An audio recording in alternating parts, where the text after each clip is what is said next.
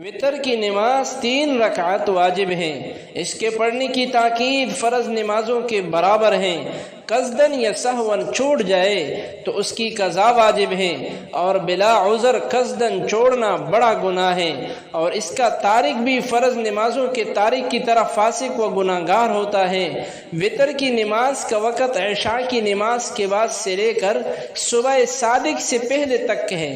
جس کسی کو آخر شب میں اپنے جاگنے پر پورا بھروسہ ہو تو اس کے لیے مستحب و افضل یہ ہے کہ نماز وطر آخر رات میں پڑھے،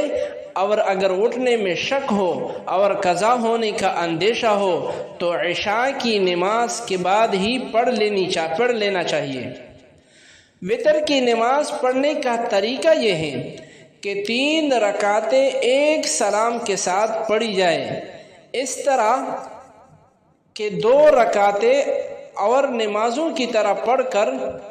قعدے میں بیٹھے، یعنی 2 رکعتیں اور نمازوں کی طرح پڑھ کر قعدے میں بیٹھے اور صرف التحیات پڑھ کر تیسری رکعت کے لیے کھڑا ہو جائے، اور اس رکعت میں الحمد شریف